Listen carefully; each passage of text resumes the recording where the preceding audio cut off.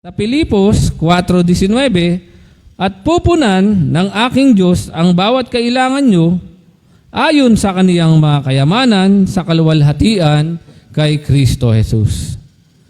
Yun nga po mga kapatid yung sinasabi ko na dito pa lang sa sanlibutan na tayo bilang magulang, hanggat maaari, ginagawa natin yung makakaya nating ibigay para sa ating mga anak. Nagsusumikap tayo upang matustusan yung kanilang mga pangangailangan. Pero dito mga kapatid, yung ating magulang, yung ating Panginoong Hesukristo, sabi nga, siya yung nagpupuno sa ating mga pangangailangan at yung kayamanan niya sa kaluwalhatian, mga kapatid. Unlimited, mga kapatid. Dito sa sanlibutan na to, yung mga pwedeng mga inaasahan nating tulong, limitado lang, mga kapatid. May limitasyon yung bawat na inaasahan nating tulong. Hindi gaya dito sa ating Panginoon, walang limitasyon, mga kapatid.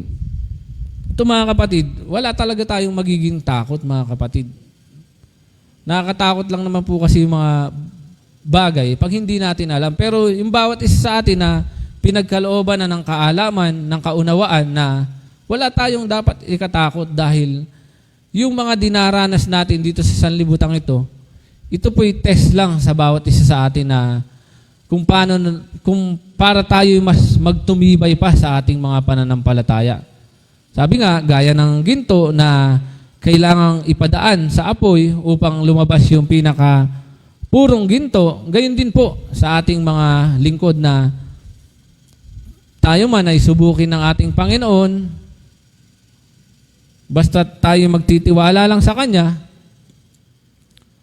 malalagpasan natin yung bawat pagsubok na dumarating sa ating mga buhay. Yun po mga kapatid, yung tiwala lang o yung pananampalataya lang sa ating Panginoon na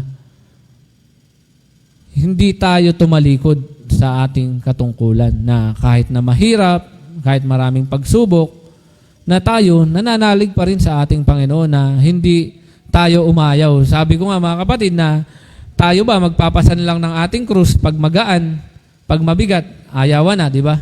Sabi na, ayoko na, tapon mo na yung krus na yan, mabigat na. Di ba mga kapatid? Sabi nga mga kapatid, kahit mabigat yan, gagaan yan mga kapatid dahil hindi na ikaw yung nagpapasan, kundi yung ating Panginoon na.